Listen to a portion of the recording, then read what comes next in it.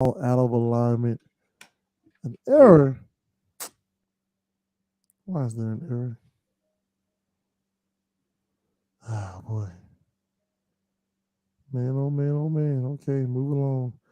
Dang, what are you wearing there? Movement is medicine. Oh. Is that one of our guys? That's one of the gym I go to. Well, it's the gym I go to, and that's one of their logos. See, ladies and gentlemen, this is where he's supposed to call out the name and let them know, hey Oh, man, we Freedom, appreciate. Freedom. Hey, my bad. Freedom Fitness. First of all, I ain't know what the hell we were live. You got me. But anyway, Freedom Fitness in Wentzville, Missouri, man. That's shout out to my boy Ty, the Ron, and the whole crew. That's where we get it in at every day. Every day. Sounds good. So you guys are the ones who are keeping the balance of me not getting it in. Is that what you're saying? No, you keep the balance your damn self if you're not getting in. Ain't got nothing to do with us. No, I'll be like, because y'all are working out so much, that means the universe will be balanced if I don't work out. Is that what you're saying? No, if you work out, you're balanced the universe. You're a big guy. So just think if you work out and put on some damn go. Just think about if you worked out and got back to that Vandy side. Boy, when you came back with Vandy, I'm like, hey man, I don't know if I'm gonna pick on this guy no damn more. I can't throw no jokes. You could have grabbed and threw me in the Cumberland River back then, boy. You still can do it now. Except you still did. I did, man. Nothing stops the dean that go. Let's start the show. Hey, it's all love, man.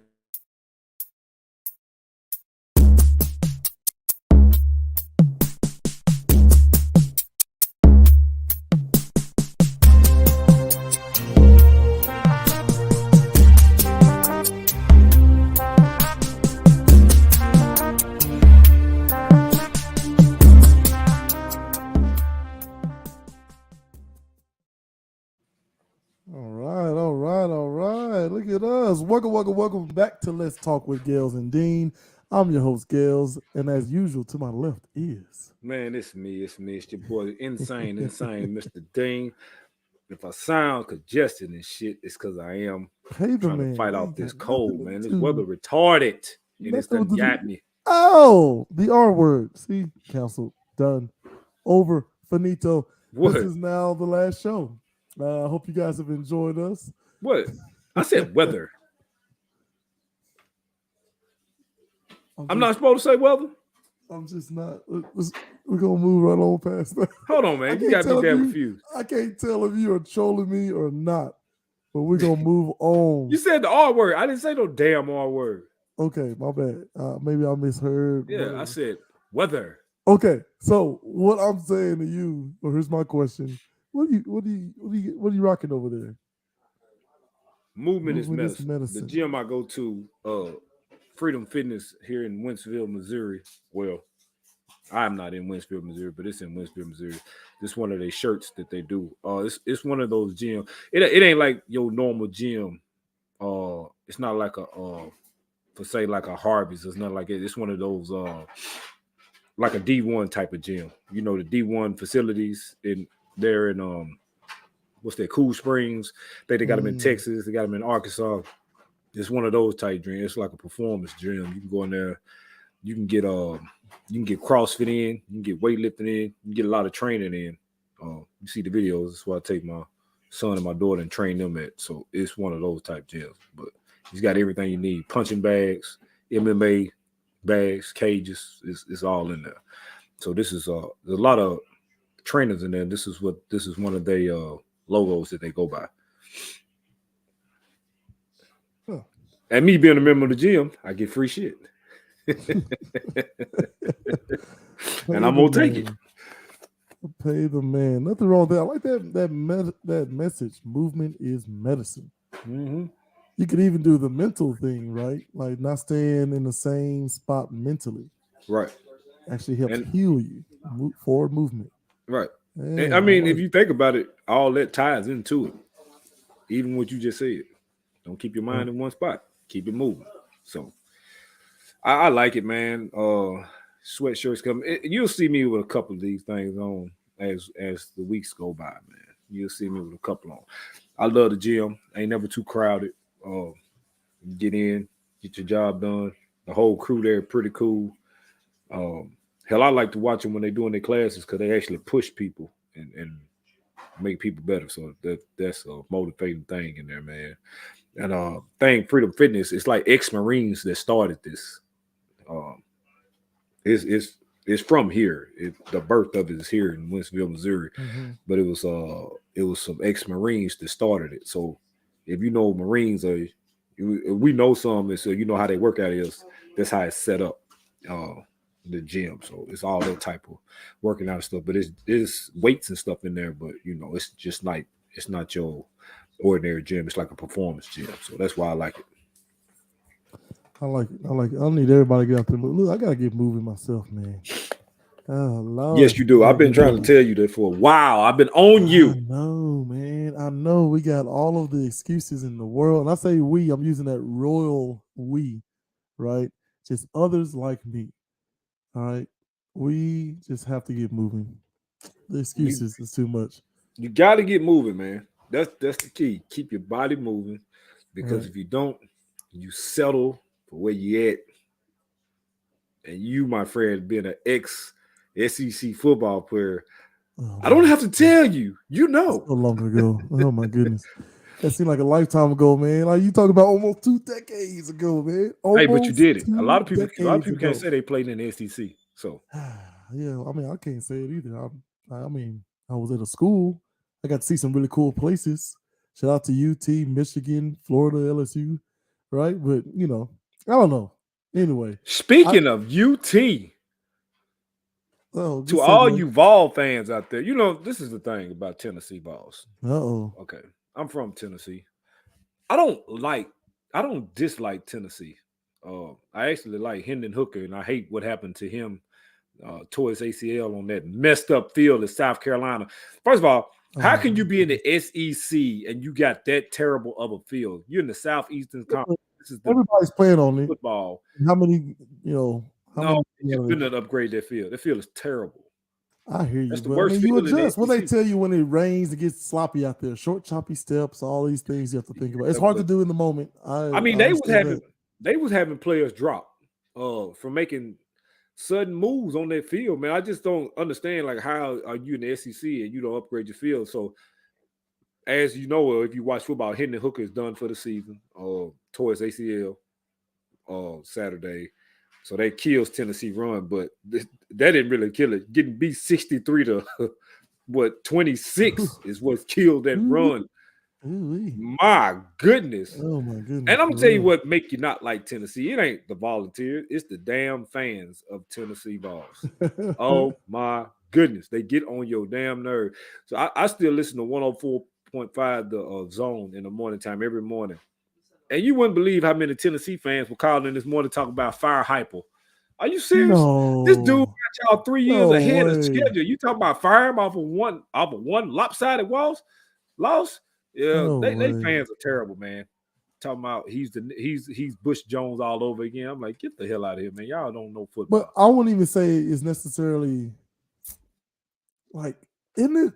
I don't know. Like, isn't that the world in general? Like, everything's a little bit faster. You got your on demand now. Do you remember watching football back in the day? Like, now I can get up the next day and watch everything, every game, highlights, whatever, NFL in a couple hours. I mean, it's incredible. But I get that, but I gotta look at it live.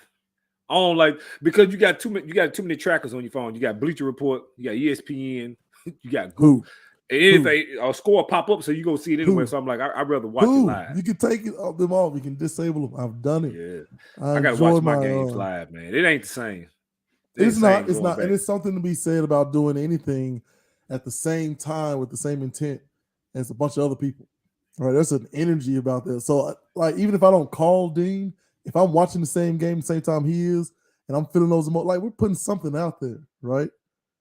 Like, I think, I don't know. I think right now everybody is on that Netflix, Hulu kick where I can get rid of commercials on YouTube now, right? I like, look, give me my stuff right now. So with those UT fans, it seems to me that I don't know. They think that the players look good, so we had that one coach. Boom, we'll be Nick Saban in Alabama. Which that's just not how it happens. But these things still take time. It take time, but he actually got them 3 years ahead of time, ahead of schedule. Okay, explain that timeline thing for me. Okay, so he came in last year, right? Josh Heupel came in last year. No, I'm saying for the people who may not know, like so when you get a new coach in, when you get a new coach in, when you get a brand new coach in, it's usually a scale of they give you about a 3 to 4 year scale. By that third or fourth year, especially so take a coach like Josh Heupel. He was at USC. He was the offense coordinator there when Scott Frost was the head coach. I think they went like 11-0, maybe 12-0 that year. Scott Frost leaves to go to Nebraska. He takes over UCF. I think they lose one game. Anyway, so of course, when you're doing that at a school like that, you're going to get the big offer. Tennessee came in offering. So his brilliant mind and everything, you put him with this Power 5 school at Tennessee, you get a 3 or 4 year span of let him get his guys in there. So he got to go recruit his guys, his style of football, the style of offense he plays, style of defense they're going to run. Then he's getting guys in there. You develop them. By that third or fourth year, you're supposed to start to see results. So by the third or fourth year, that's when you were supposed to think, okay, Tennessee might be anywhere from a 9 to a 13-win team. Well, last year, I think they won 6 or 7, barely got bowl eligible, and they look good, and you can see it, but they come in this year, and boom, they 2 or 3 years ahead of schedule. Right. So he got them ahead of the schedule. They on the right path. They got to do something with their defense. You can score all the points in the world, but you ain't able to stop nobody. Hey, ain't nothing you can do about it. But offensively wise, and just as a talented whole, he got them 2 years ahead of time or 3 years ahead of schedule. And that's why I don't get why they fans talk about firing him. You fire him, you're not going to get nothing better. You better keep him. Because there's nothing, you ain't got nothing out there better going to come in. Lane Kiffin ain't coming back to Tennessee. Deion's not coming to Tennessee. Deion's not Lane Kiffin back at UT, man. Those people still can't stand that dude. Still to this day, they talk about Lane Kiffin. I'm like, let it go. What was that? 8 years ago? But in their defense, Lane Kiffin do a lot of Lane Kiffin shit, and he trolls them a lot. Just Lane Kiffin I think it's funny, man. It's just Lane Kiffin being Lane Kiffin, and he know he can still get under their skin all these years later, and they let him do it. Right. But I take my hats off to them. They got a 9-win season right now. They play the Vanderbilt Commodores this coming up weekend. That game 2 weeks ago, I would have said Tennessee going in and win by 50. With Hendon Hooker going down, and you just took this beat down, and Vanderbilt on a 2-game winning streak, not saying Vandy going to win, might be a little closer than what we think it's going to be. Might be a little bit closer. Yeah, I still say Tennessee win, though. All right, I mean, go Doors, I guess. Man, that's your former school. You got to go. That's all I have. Man, listen, when you have been, look, I've got several former schools at this point. So I'm just, go Doors, sending positive energy. Lord knows they need it. I tell you one damn thing about it, 2 things for sure. My college football team, I've been in the dark for the last 5-6 years. But let me tell you what, baby. We on the come up. We on the come up. Florida State, we on the come up. Watch out for us. I ain't gonna jinx it too much because we got to play Florida this week. It's rival week. You don't never know what's gonna happen in the damn rival game. So this is. But we on the come up. This is a good segue into our mental health talk for the hour. Like man, you talk about a rough going that Florida State business. Oh man! Shout out to Brian Zayden out there. It was bad, bro. It was bad, but I stuck with my team, and I would sit there and watch those games till the end. Gales, let me tell you, that year Clemson beat us 52-6. It was bad. Oh, then we got Brown in the chat talking about the Seminoles ass. He just talking because Michigan undefeated, but they're gonna get beat by Ohio State Saturday. He gonna be pissed off. What's their record now? They still undefeated? They undefeated. This is a big game. Them in Ohio State. This is a big game Saturday. I really don't care who wins, but since he did that, I hope Ohio State kicked their ass. Pay the man. Well, look, I really like those types of teams, the old school teams that used to like really run things. Yeah, being on top, I really do. Well, whoever loses this game, I don't think it hurt them college football playoff wise, especially with Tennessee getting beat like it. If it's a close game, whoever wins, Michigan or Ohio State, I still think they make it to the college football playoff. I don't think it's the clash of the champions. I don't think you can. If Ohio State beat Michigan, I don't think you can kick Michigan out or vice versa. I mean, they two of the top 4 teams in the country. Somebody got to lose, so I don't think the loss will hurt either one of them. It might hurt your pride, but I still think you have a chance to play for the college football playoff. I like how you talked about the UT fans and you being a Seminole fan, even though, good, bad, or ugly. Me being a Commodore fan, which has been bad or ugly. Pretty damn bad. Right. So let me ask you, do you think NIL and all this other stuff floating around that, do you think that's hurt college football, or do you still feel the same passion? I think NIL have actually helped college football. You know why? Because the playing field is damn even now. Think about it. All your superstars not going to, all your 5 stars are not going to Alabama no more. All your 5 stars not going to Clemson no more. That shit show on the field this year. All your 5 stars not going to Ohio States and stuff no more. This NIL deal helps spread out this talent, and it make college football a lot better. It's been better to me this year, because when you think of college football, your standard is who? Who you think about when you first think about college football? Alabama. That's the standard. It for the last couple of years, it's been Alabama, Clemson, and everybody else. Well, it's not like that no more. That NIL deal is going to help college football. It's going to be more competitive, especially when they go to an 8-team playoff. The NIL deal is one of the biggest and best things that they did for college football, because everybody's not loading up to one school now. Who going to pay me the most? All right, now. And that's where you're going to go. But there's still a relatively small sample size. Now, I agree with you, and I'm going to take it one step further, right? I think that the NIL deals and deals like it, right, really opening these kids up to this opportunity has really increased fandom, right? Because people are more likely going to stay within their state, because I don't have to go to Alabama to get a check. Now I can stay and be a hometown hero and get a check. And you know what happens when people get money? They spend money, which means the economy in that area increases.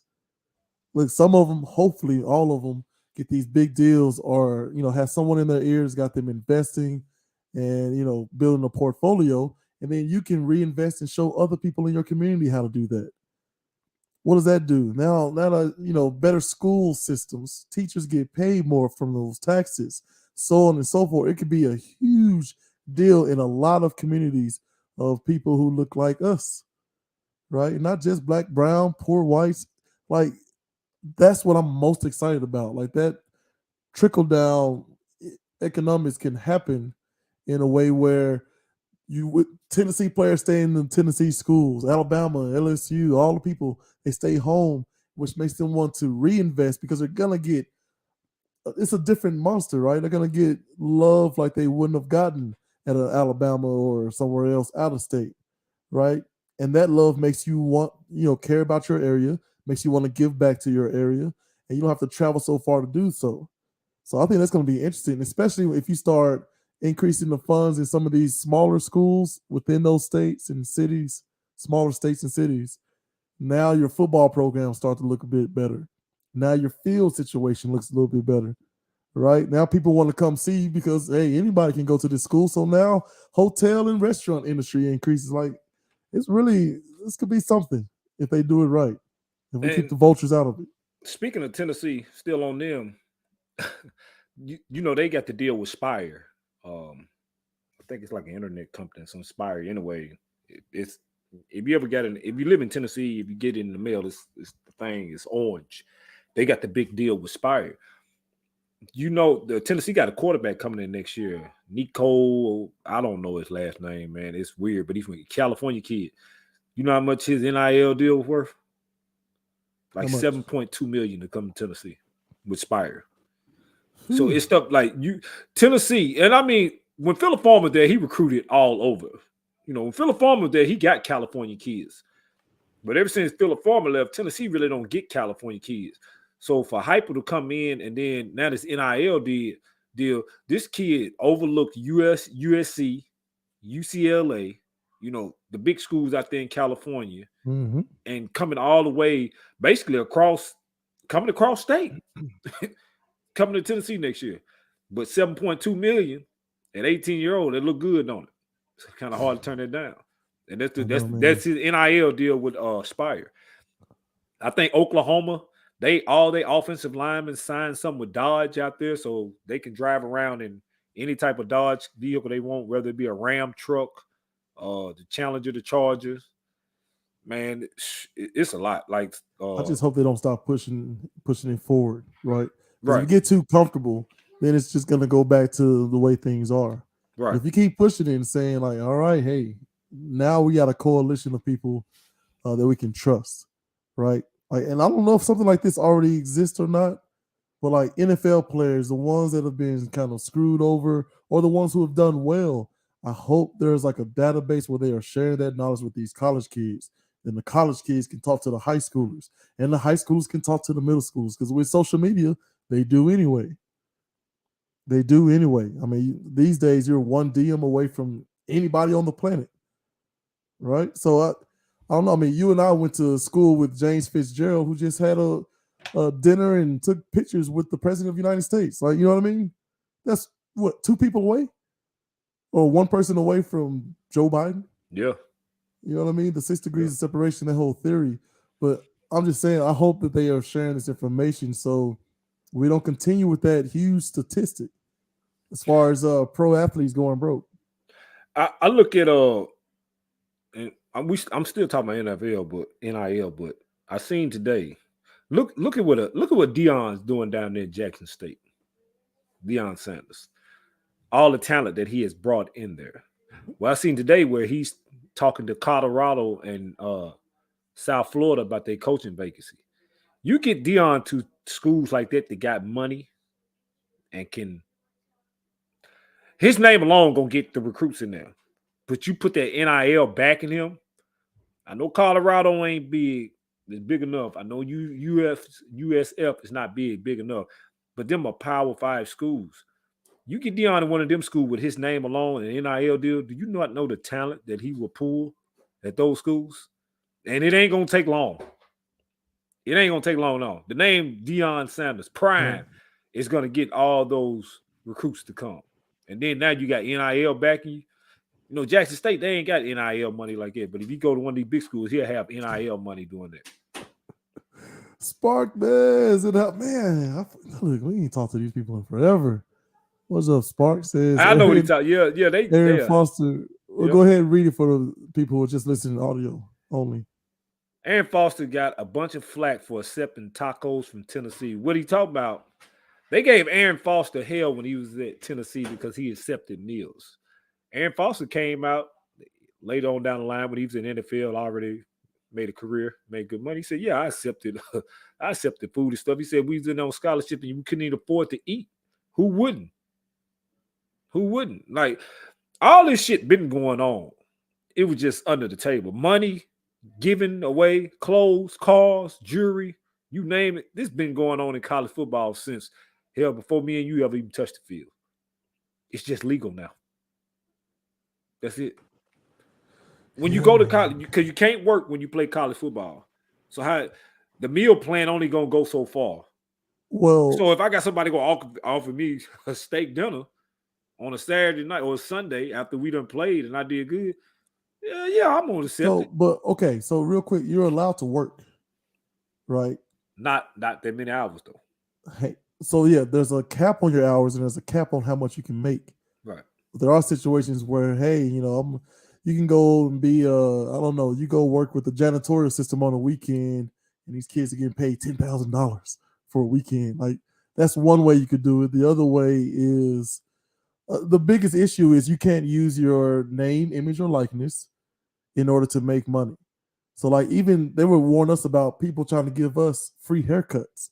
Hey, you go back home, don't accept any free haircuts.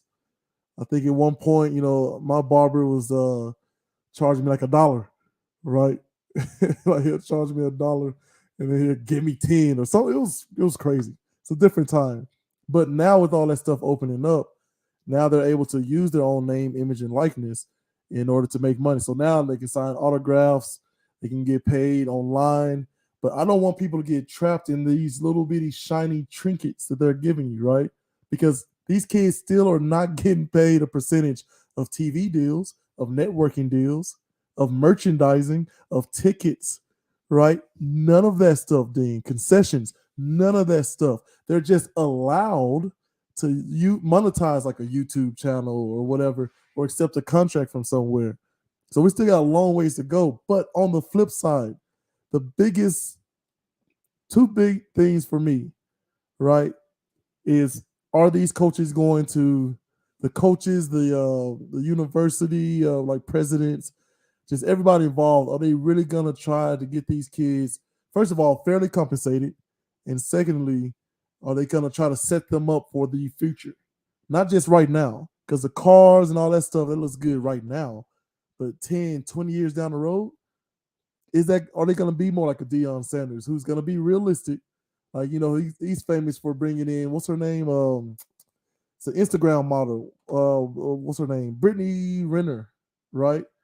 He brought Brittany Renner to come in and school his players about Instagram models and what to watch out for, and how the game works.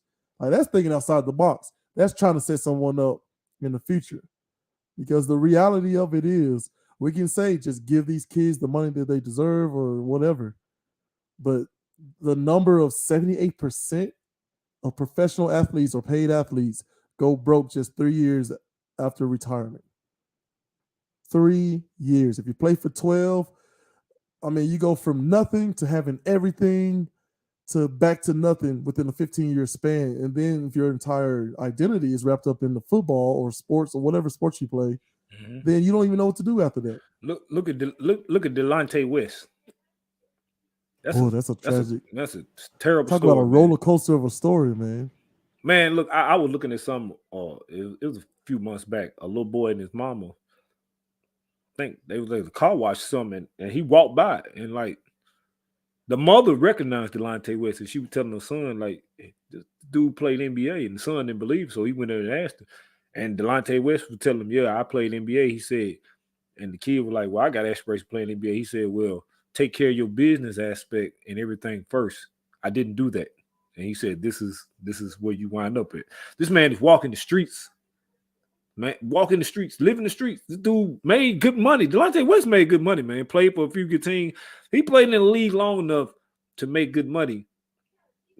But I don't think he had nobody teaching him the right way. And look at him now. But it's weird. Like, the idea of you saying make good money, like, what does that mean? Well, you're right, because do they really make good money? Look how much of their stuff get took, and they don't even realize it. Like, when it's all relative, right? Do they make good money compared to you and I combined? Yes. Yeah, hell yeah. I think that's why the fans can look at, all these players and oftentimes side with ownership, right? Oh, the player, there you go, being greedy again. It's like, what? No, he's not the greedy one. That is between the millionaire who's begging to be compensated for wrecking his body for our entertainment, right? Like, there's no comparison. Which one is the greedy one? I'm pretty sure it's the billionaire who's trying to squeeze every dime he can just so he can stunt at, certain venues. Right. But a lot of times people kind of get on the side of management because, these players are getting millions. What are you complaining about? You're getting millions to play a game. Like, no, that's work. That's work. What you do after work is playing a game. What they do is work. Right. So I don't know, man. But that's a startling number, 78%. That means out of every 100 paid athletes, professional athletes, 78 of them are broke after they retire. Broke. Like, look at this Kanye West situation. It's like, he lost $1 billion on paper, but I mean, he still got hundreds of millions of dollars. Like, for us, that's life-changing. I don't ever have to do anything the rest of my life except for what I want to win and how I want to. Man, wouldn't that be so nice? Yeah, but imagine losing like what? Almost 75% of your wealth. You know what I mean? If you got $100 left to your name and you lost $75 of it, that's huge. I don't care who you are. That is huge. So what does it mean? Like, what does good money mean? And I think what people need to start understanding is like it's not like just going after cars, clothes, and whatever. Because you can make that big chunk, live off the interest, and have that for the rest of your life without going broke. There's something else happening. You gotta think about it. A lot of them take a lot of stuff. Cause once you sign an NFL contract, NBA, MLB, you can go in anywhere and get what you want and not have to pay for it. But a lot of them don't put in their mind that eventually you got to pay for that down the road. They're gonna come back and want their stuff, and that's where a lot of them get caught up and mess up in, because they go and get 2 or 3 cars right out the back, maybe 2 or 3 houses, all this different type of stuff, and it's just handed to you for free because your agent gonna get that for you. But somewhere down the road, these people coming back for their money, and they're gonna get their money. And a lot of them, that's how a lot of them go broke doing that shit. Well, just like Cuzzo said, right? He says, "No, Tame." Shout out to Tame out there. He said, "No, I'll read my contracts." Like, right. How important is that? And if you don't want to, don't have the time, can't be bothered, don't understand it, it's okay to ask for help. So when I say it's something deeper, it's something deeper. I'm telling you, culturally, educationally, we are not prepared. And I say we, there's a royal we again, not just talking about black people. I'm just saying people who are not used to having money, we are just simply not prepared for when we actually get money. Mm-hmm.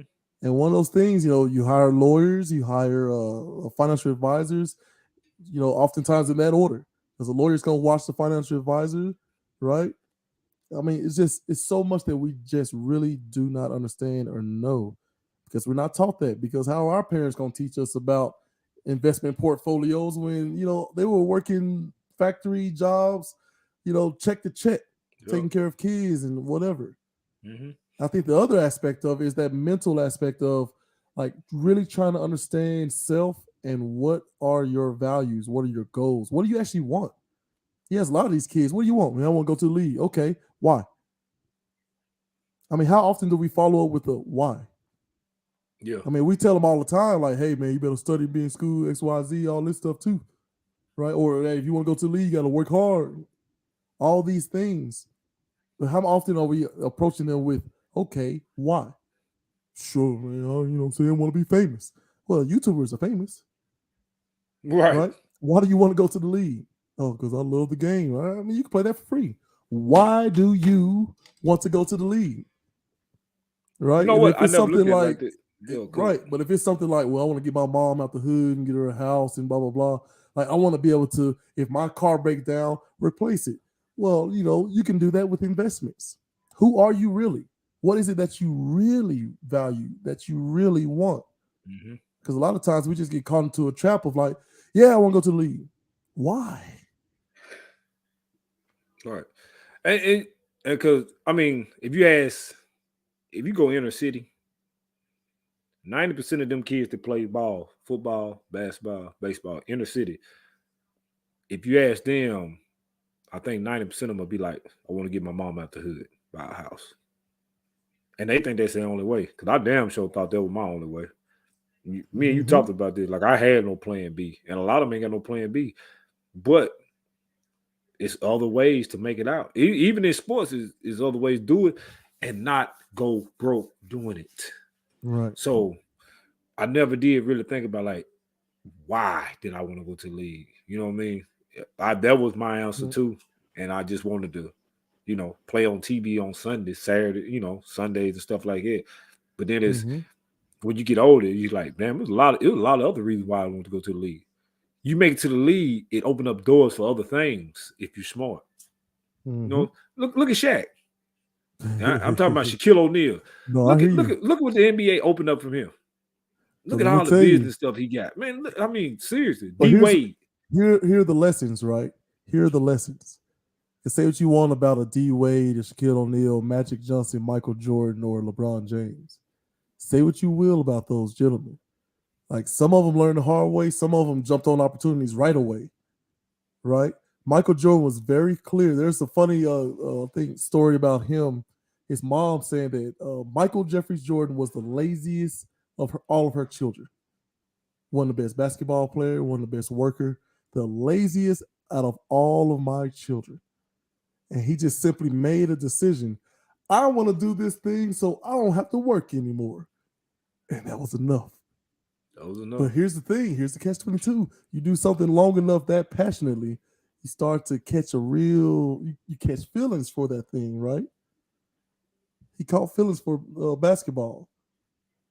But the idea that he jumped on an opportunity that that Magic Johnson passed up on, costing him billions of dollars, right? Nike came to him and was like, hey, we got this idea about putting your name on a shoe. It'll be your own personal line. It won't be just Converse. And he was like, nah, I want to be like Dr. J, whatever.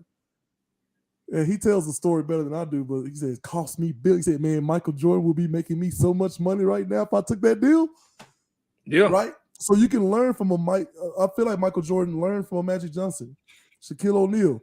Why did you not sign up with Starbucks in the beginning there? Because black people don't drink coffee. He won't let a deal pass him now. He learned from those mistakes, but I hope that we're paying attention to those as well. We little people. Because let me tell you, me and Vandy, you asked me my why. Hey, I want to go to the league. Why? Well, I mean, get my mom, in a better living situation. Make it easier for my sisters, my family, blah, blah, blah, right? Well, if someone would say, hey, man, you can do that in all these other ways as well. Like, that's a huge boost and a jump start to the NFL, playing D1 football. But here's some other things too. And you need to understand what you actually enjoy. So, Dean, I didn't even want to go to the league. I was trying to use football in order to become a doctor at Vanderbilt. Realized I was way over my head, completely unprepared, right? Mentally, educationally. And then it took me years later to figure out that, I really like math. Oh, I like building stuff with my hands. You know what that is? That's a mechanical engineer. That's a passion. Building things with my hand, using my head. Like, that's a passion. And if I'd have known that then, I could have been a mechanical engineer. And if somebody was in my ear about, all right, take the next 10 years and work at this thing, and you'll be set for the rest of your life. The rest of your life. That means by 28, I would have been set for the rest of my life without football. Now, if I had somebody pushing me with football, it would have happened a lot sooner than that. So that's what I'm trying to get across to people. You really need to do some soul searching. All right, Dean. Sorry, look, I'm gonna get off my soapbox. No, because everything you said right. Because I done talked to you about it, man. Like, it was all sports. Nothing. I knew nothing else. I ain't ashamed to. I knew nothing else.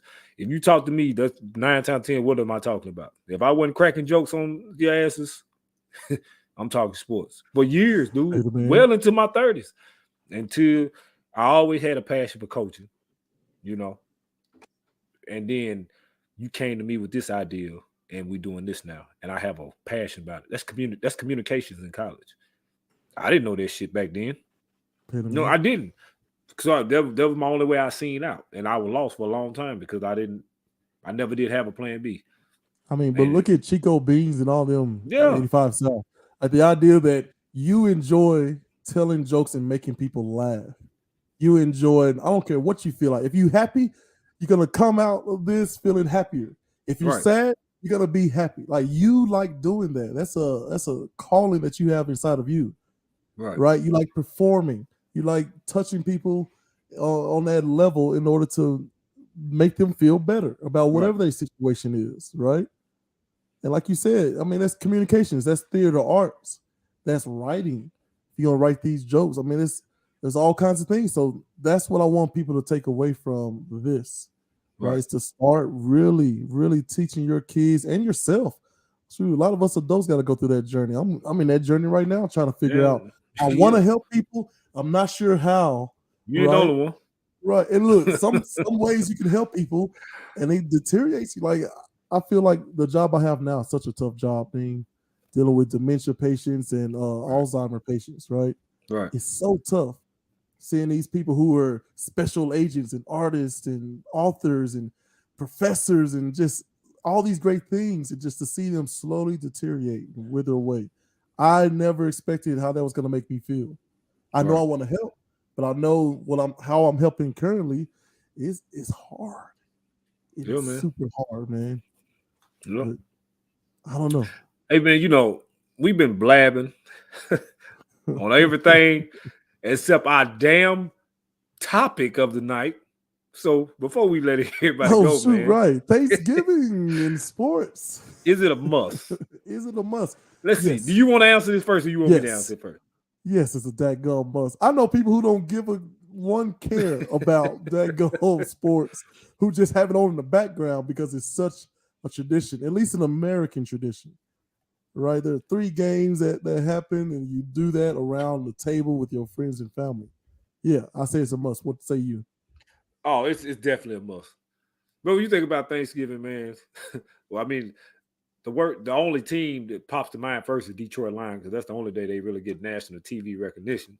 But it's what it is, man. You eat a good meal, you sit down, and you watch ball. You watch sports, man.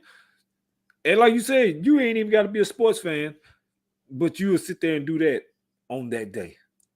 Everybody laugh, everybody get together, everybody you got you tell your old high school stories from playing ball, you tell your old college story from playing ball, and you just tell your old backyard football story from playing ball. That brings it out. Or if you go out and play in a turkey bowl that morning, you come back and talk about it. So sports go with Thanksgiving hand in hand. Yeah, it's a must to me. Even if you don't like it, you'll like it for that one day. After you eat them chest pie. Hey, speaking of chest pies, you know people out here do not know what the damn chest pie is? Oh, man. See, now, okay, I want everybody to take a moment. We have got to start filling in these gaps. You should be talking to Chef Jules, shout out to her, or somebody, right, back home, like, hey, man, I need 100 chest pies. Sit up here right now. They don't know nothing about it. They don't know nothing about it, slice them up and sell them per slice, give her a cut, you take a cut. We gotta start filling in these gaps that go. Business mind don't know. They don't know. They eat like it's like some type of butter, some pie. Yeah, butter pie. They never heard of chest. They be like, "What is chest pie?" It's hard to explain what it is. Cause I like it's a diabetes setback for your ass because of all the sugar in it. Butter and sugar, but it's good. Butter and sugar and some crust, which is technically still sugar. But it's great. But like the guys I play ball with, I'm like, man, I'm gonna try to bring y'all one back, but it probably ain't gonna make it back, so they can try it. But they do not know what a chest pie is, man. It's crazy that people do not know. You know, us coming from the South, you know, everybody know what a chest pie is, but like I guess when you move somewhere, they be like, what? A what? And I have to say it like 2 or 3. I said chest pie. A what? I said chest pie. Y'all don't know what a chest pie is? What it tastes like?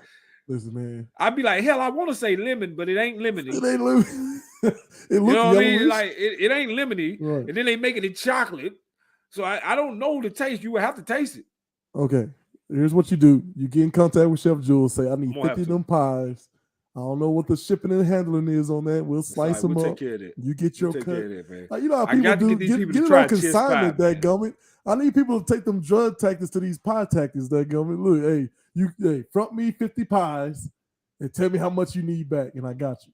Man, it's great. It ain't got to be cocaine, bro. Weed. Look, that's one of the things you look forward to on Thanksgiving is a daggum homemade chest pie. All right, we gotta stop, man. That's too much. That's too much. Look, we did not get into some Kyrie talk. Real quick, Kyrie Irving is back with the Brooklyn Nets. Have to think of their names. That's how irrelevant they are. So apparently he did that long list of demands. He gave $500,000 to, I think, the ALU, and they gave it back to him or something crazy. And he's talked to people, several people in the Jewish community. They like his progress, so he's back with the Nets. Your quick thoughts on that? Very quick. He did it. He did everything he had to do. And like I said,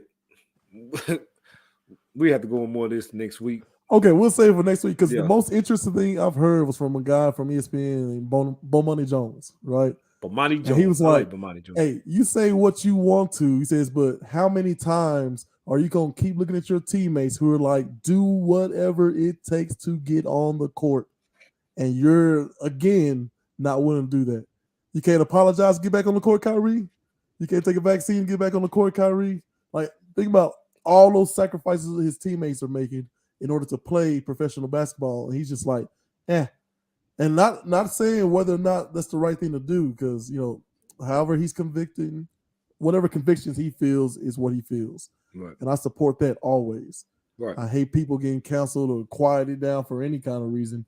Like I feel like I understand what he tries to do, but again, just looking at it from the perspective of his teammates, how often are we going, or how much longer are we gonna keep doing this? Where I'm giving everything, and he's getting to say no because of this or no because of that. I'm gonna give away money. I'm gonna give away playing time. I'm gonna risk people's jobs and records, right? But anywho, that'll be for next week. D. Oh, before we leave, to all you. Oh, hang on. I'll give you last word. I just got a quick question for you. Oh man, hold on. Before you ask quick, for all you Bron fans out there, oh no, the Lakers play better without him. Oh man, just throwing it out there. Well, they on a 3-game winning streak without him on the court. When he come on the court, the shit goes to disarray. Hang on, the Lakers are better without LeBron James on the floor. Lakers. I said it. Without him. Let's argue next week. I'm ready for it. They're better with him out. As soon as he come back, they go back on losing streak. You watch what I tell you. And then we'll do Kyrie. What's up? Could they be uptight with his ass on the court? Off the court, Anthony Davis look like the Anthony Davis we know. That's not his frapping fault. Off the court. We've done this all show. Get him out of here. That is not LeBron James's fault. Like, if you play with Jordan, you are going to have to step up or ship out. But you can't just punch people anymore. Westbrook look like Westbrook of old anymore. With LeBron off of the court. He tried it with Kwame. I'm saying Jordan tried it with Kwame, and it ruined that dude. No. Here's what I'm saying. Kwame Brown and basketball again in the same sentence. Here's what I'm saying. He went at that dude because you got to realize now it's a new type of person. We are evolving in front of our very eyes as human beings. Back in the day, Joe just crazy. Now it's, he's got a mental health issue. Let's explore it and try to fix it so this person can thrive, not just survive. Mm-hmm. Right? So I'm just saying, I agree with Jordan you on that. Wasn't ready for that type of play. I agree with you what you just said on that mental health shit, but agree with me what I say. The Los Angeles Lakers, and I am not a damn fan, play better with LeBron James' ass sitting out hurt. Let's argue it next week. All you Bron fans, come on. I want all the smoke. I'm ready for it. It is basketball season. It's about that time anyway. Dean, real quick. What's the difference between a man's wallet before and after kids? Shit ain't nothing in it. There are pictures where money used to be. That was a good one right there.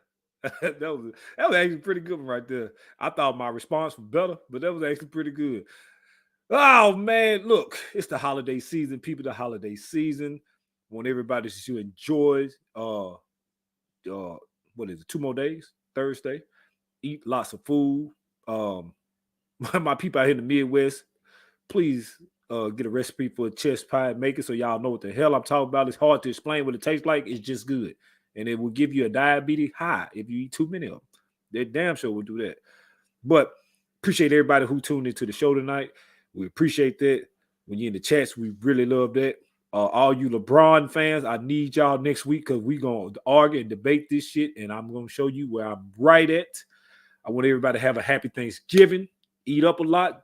Drink up a lot. Be safe. Don't get behind that damn wheel. Hey, peace and love. Happy Thanksgiving. See y'all next week.